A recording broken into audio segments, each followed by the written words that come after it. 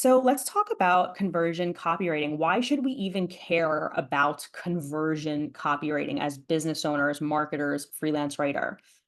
Because of money, okay? Increased sales and revenue.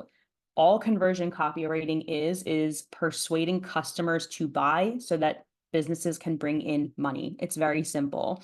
Measuring results in marketing is what gives a business owner or a marketer direction because everything we do starts as a theory or a guess.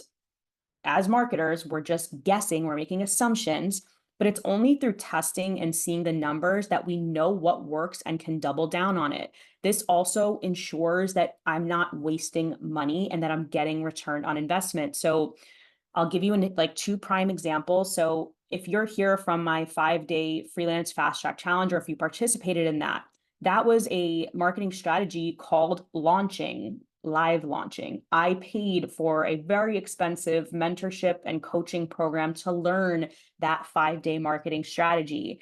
I paid over $12,000 to be part of this mastermind and coaching group to learn that strategy.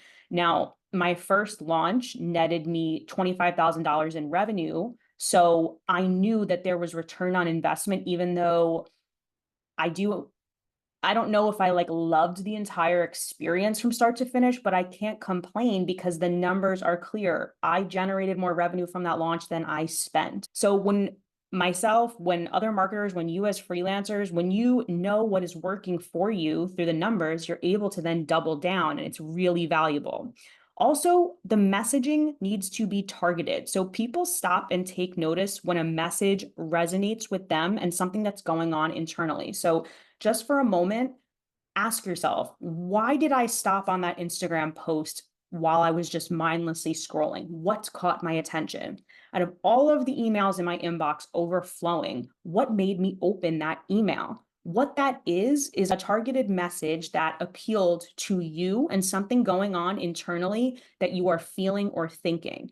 And that's what conversion copywriting allows our copy to do. Also, it just gives a competitive advantage. So even if you are not the best or the cheapest or the most experienced, if you have a message that resonates, that can make you stand out amongst the crowd. Okay. So one of the things that makes 30 days to paid stand out in a very saturated online learning world is that it's and this is what I believe, is that it's beginner friendly because I remember exactly what it was like to be inexperienced and break into copywriting with no experience and be self-taught. I think a lot of people in this space have been doing this for so long that they forget those initial hurdles, those initial insecurities, those initial questions.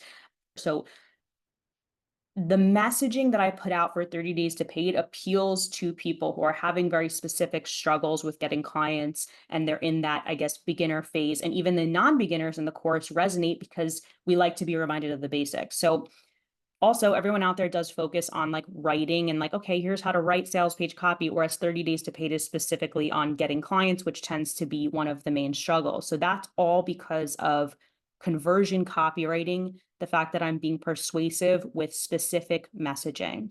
And I love this quote because despite how rocky these past few years have been, companies are always going to need marketing and they will always need messaging.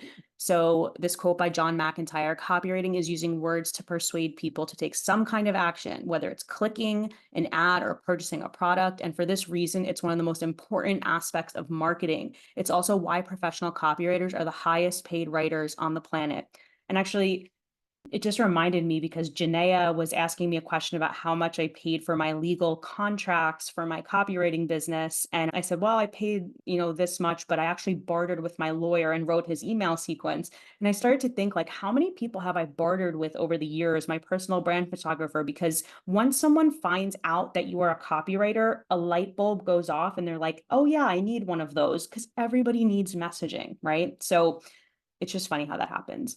So a business usually uses all three of these types of copywriting: content, conversion copywriting, and traditional copywriting. Depending on what type of company they are, they tend to lean more heavily toward one type. So with content writing, you're building that brand awareness, establishing authority, driving organic traffic through SEO, and you're nurturing relationships with an audience, and you're providing relevant valuable, maybe even entertaining content, right? So think of media companies like BuzzFeed. Think of businesses that are highly focused on inbound marketing and thought leadership, such as HubSpot. Then there's conversion copy. So to persuade the audience to take a specific action, it's going to happen on a landing page, a sales page, email campaigns, and sales emails. And then obviously those call to action buttons are really key. Think e-commerce businesses like Shopify. Think SaaS companies like ClickFunnels. I went to their marketing conference a couple months ago. And then online course providers like myself, like anyone who's selling courses online, big need for conversion copywriting. And then there's traditional copy. So think advertisements, print, TV, radio, brochures, billboards, branding materials. And that's really just about creating a consistent brand image, getting that emotional connection with the audience. And it's all about creativity and brand personality. So think of Apple, Nike, and Coke. Okay. So let's get into content because we need to understand how all of this differs, right? So content writing is going to focus on providing valuable information and entertainment to an audience. The primary goal is to engage and inform the audience about different travel experience. So I'm just going to use the travel niche as an example for these. So these blogs, you can tell they're not aiming for maybe like such a specific action or conversion to the visitor. Granted, there is a strategy behind it. Usually it's that they're running some type of ad, but for simplicity purposes, this is a good example of just straight up content writing. So what skills do you need for content writing? And by the way, in 30 Days to Paid, I always say content writing, blog post writing is the easiest foot in the door deliverable to offer. I think companies will give content writers a chance to write a blog post. It's kind of like low risk for both sides. And you can charge a lot of money for them. So why not? I love blog posts. So you need to be able as a blog writer or as a content writer to tailor your style to the different audiences. You need to be able to adapt. Let's say you are writing a social media post as content or an email newsletter as content. There's versatility there because the format in SEO blog post is not going to be the same as a LinkedIn post, for example.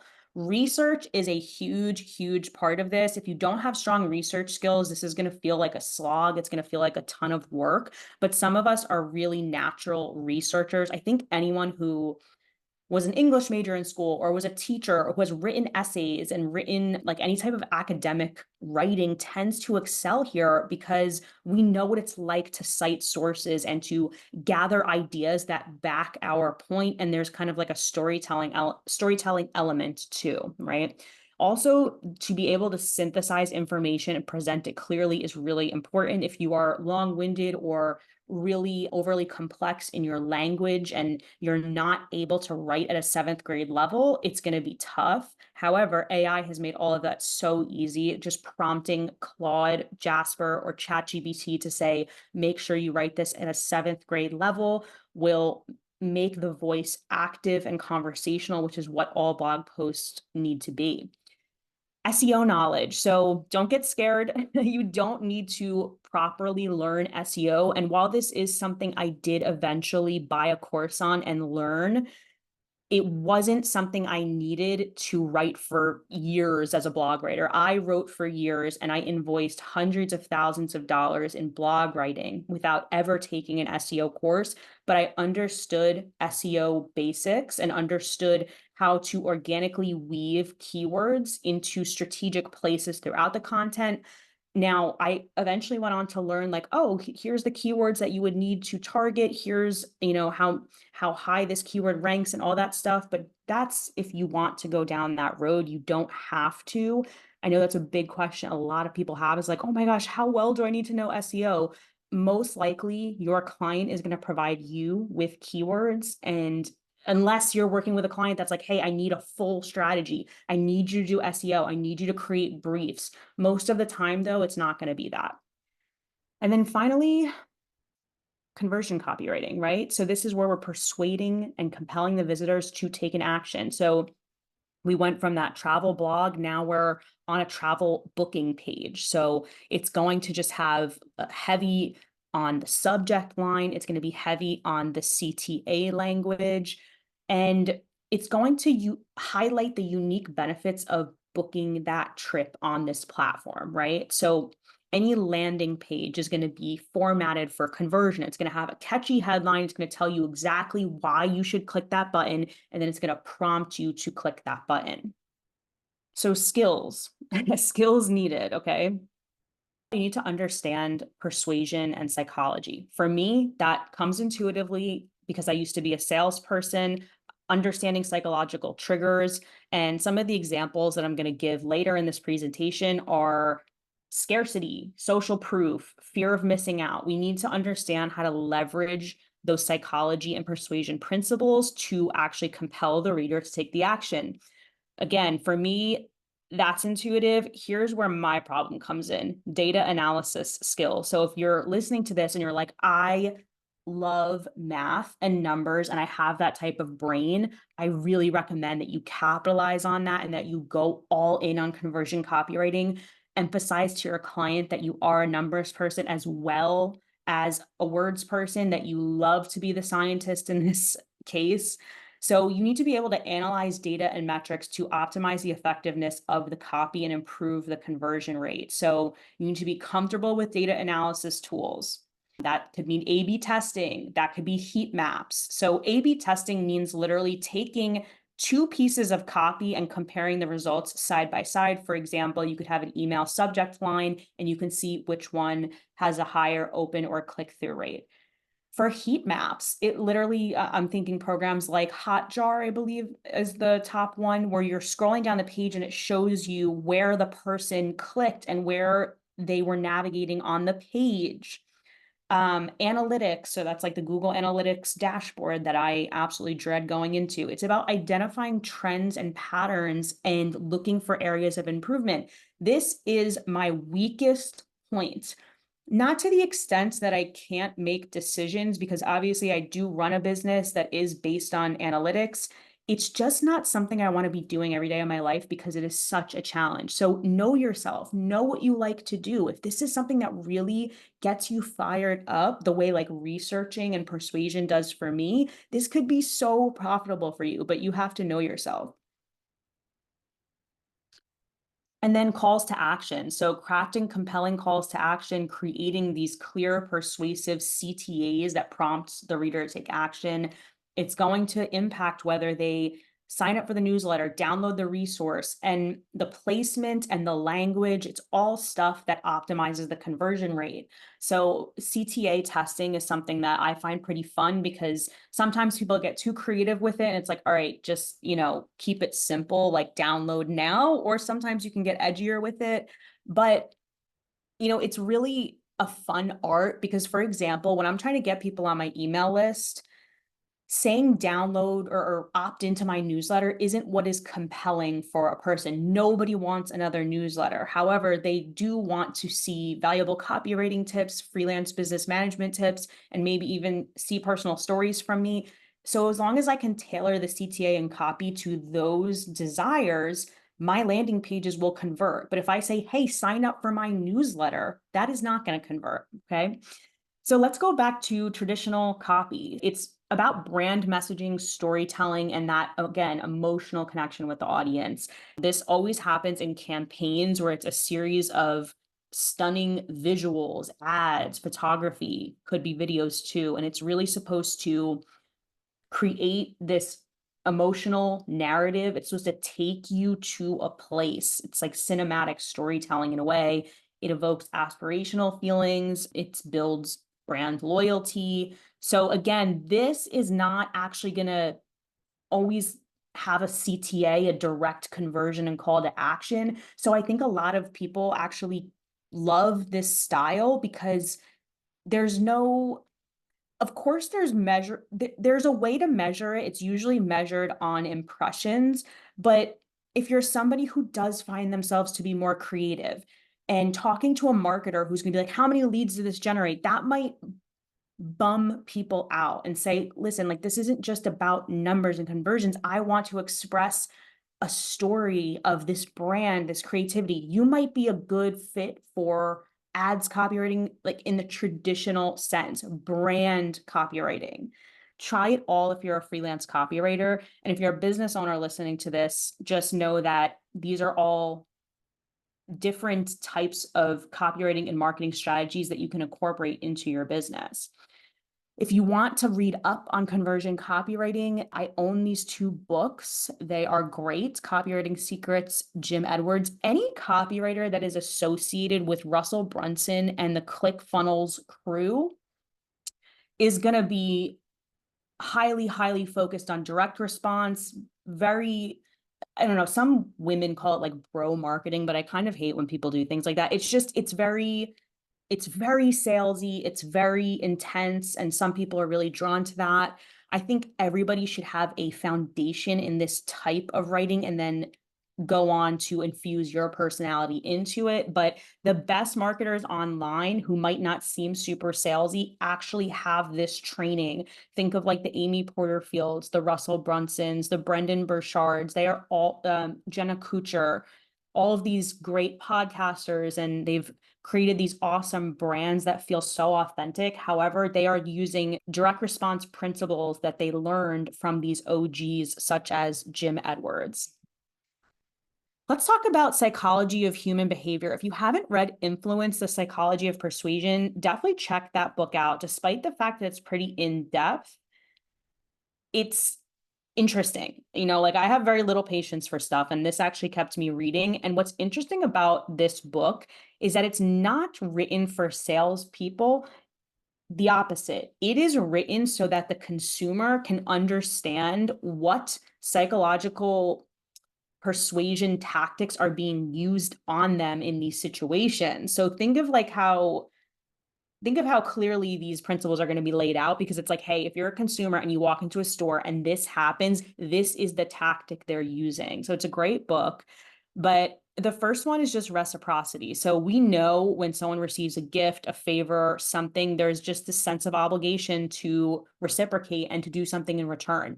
That's why the Freelance Fast Track Challenge offers so much free content. That's why YouTube offers so much free content, is that at a certain extent or at a certain point, whoever's consuming all of the free content, there might be a sense of like, I want to buy into what she's selling. I want to give something back. That's also why at a bar, like you just know, ladies, if you accept the drink from the guy, you're going to have to sit there and talk to him unless you're a total like mean person and just like take his drink and walk away from him. But like, you're probably going to be like, oh, now I have to talk to him, right? That's reciprocity. We feel we owe someone.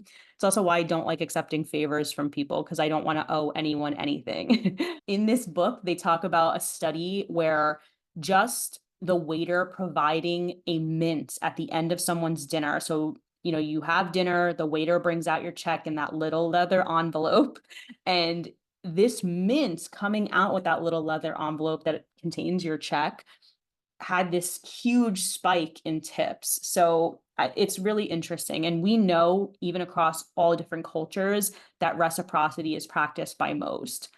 Social proof. And by the way, these are all devices that you're going to be using throughout your copy, right? So if you are writing a report for a B2B company that is free to download, the exchange is going to be their email address, right? So it's like they provide all of this free content knowing that you're going to want to do something in return. You want to give something in return. Usually in digital marketing, it's like, I'm going to give you my email address and allow you into my inbox, which we'll get into in a little bit.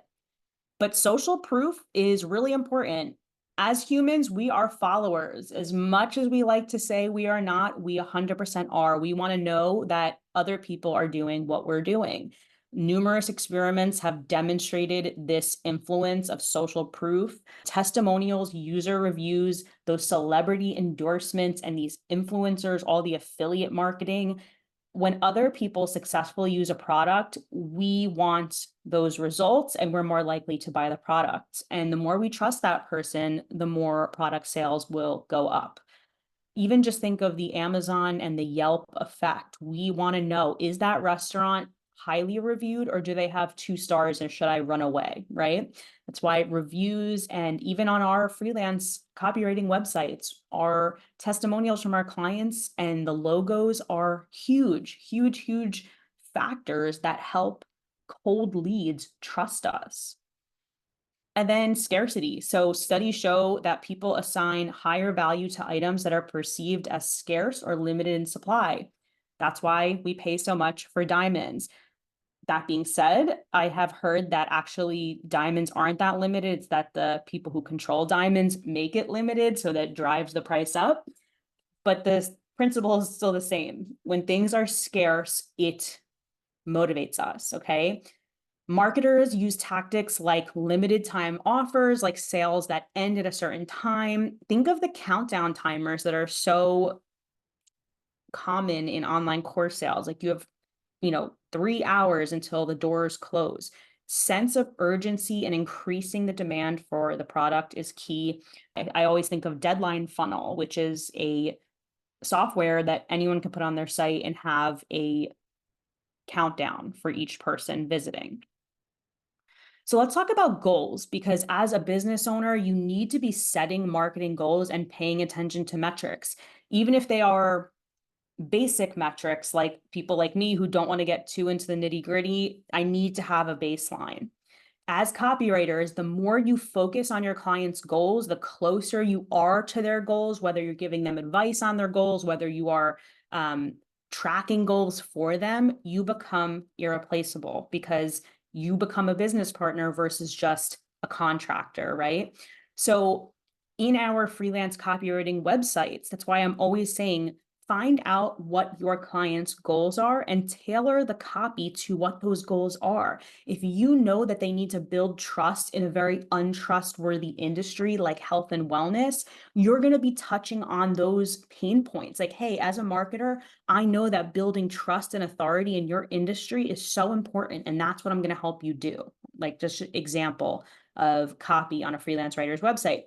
So here's common goals. So sales, that's self-explanatory. We know that that's always going to be the end goal. That's why it's almost sometimes tricky to always be saying like, hey, I can get you more money, because it's so general that it might not touch on their exact pain point, but it's everyone's pain point, right? Lead generation, right? So if you are on a landing page and you sign up for a free workshop and you give your email to sign up for it, well, you become a lead in somebody's system, right? In our world here, freelance copywriting, the minute somebody answers me on LinkedIn and says, yeah, I could need a copywriter, why don't you send me your portfolio? In my Asana dashboard, they are moved over to the lead category.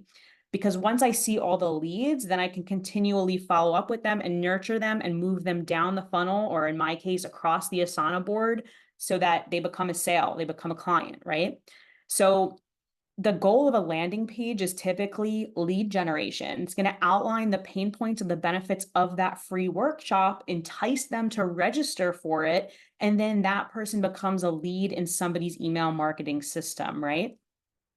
Email subscriptions are a really important metric for B2C and B2B, right? So how they go about that in these separate industries is kind of the same. So B2B will use ebooks and reports. B2B writers in this group, that's what we are writing for our clients. B2C uses the terminology called lead magnet, but it is the same thing. It's a free piece of downloadable content, whether it's written, whether it's video, whether it's audio, whether it's a template. It's meant to attract leads into the system. PDF guides, webinars, these are all lead gen tactics. And the main goal is to get email subscribers, right? That is how we entice people to get on our email list. That's how your clients are building their email list, is through offering free, valuable content. So let's talk about target audience research, because none of what we talked about today is possible without first knowing who your audience is and what messages are actually going to resonate with them. That's why I always am outspoken about copy critiques being useless, because unless you have someone who's critiquing your copy who really knows your target audience, how are they going to know what resonates with them? Copywriters, do not agree to a project where your client refuses to give you information on their target audience. Trust me, it is a red flag, okay? And you'll understand why as we go through these slides. Now, keep in mind, in my next training, I'm going to get into how to perform research on your target audience. But because this is a process and it's something I get asked about all the time, but this will tee up that. Okay, so let's get into it. Target audience is the most general information. So this is just a group of people that fall into one category, right? It's wide. The people who fit into a target audience can be vastly different. So if we use Nike as an example, look at these are, demographic information such as where they live, what gender they are, their age range, their income. However, people who fit into a target audience can be vastly different. So somebody who wants to buy the latest Jordans is going to be different from somebody who wants a Nike running shoe and they work in an office and they just want to get fit.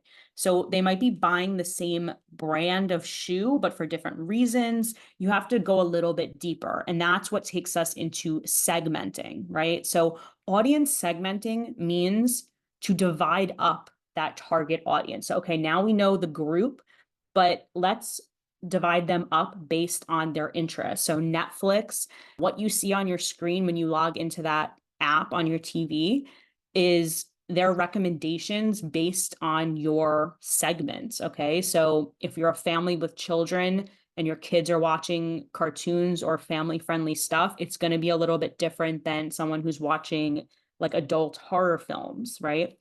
And then it goes down to target personas, right? And this is where we play a lot as freelance copywriters, because only through target persona information are we able to personalize our copy and get really hyper targeted with our messaging.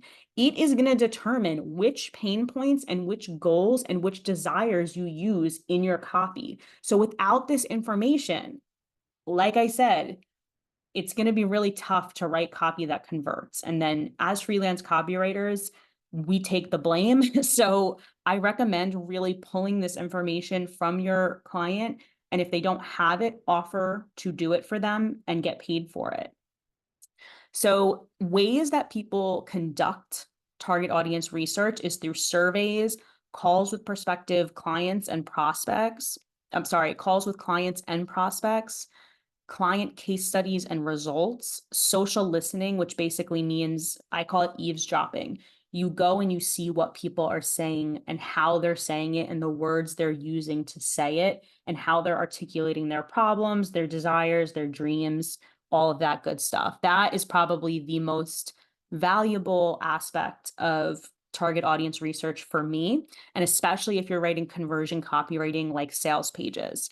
And then past campaign results. So when I look at my, click-through rates and my email subject line open rates, I can determine which messages are resonating with the target audience. For my B2B writers in the group, you know what these are, these persona docs that you should be getting from your clients.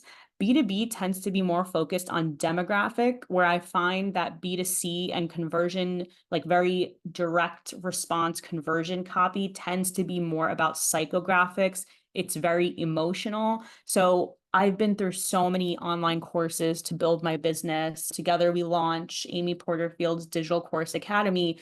And what they always have us doing is digging deeper. It's not just about age, income, education level, and gender. It's about what do they do on their free time? Who do they get their information from?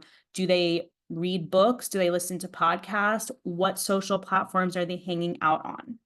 So I would say all of this stuff is definitely necessary. It's just one pops up more in B2B, and then in B2C, more conversion oriented, you'll see these very, like I said, it's psychographics versus demographics.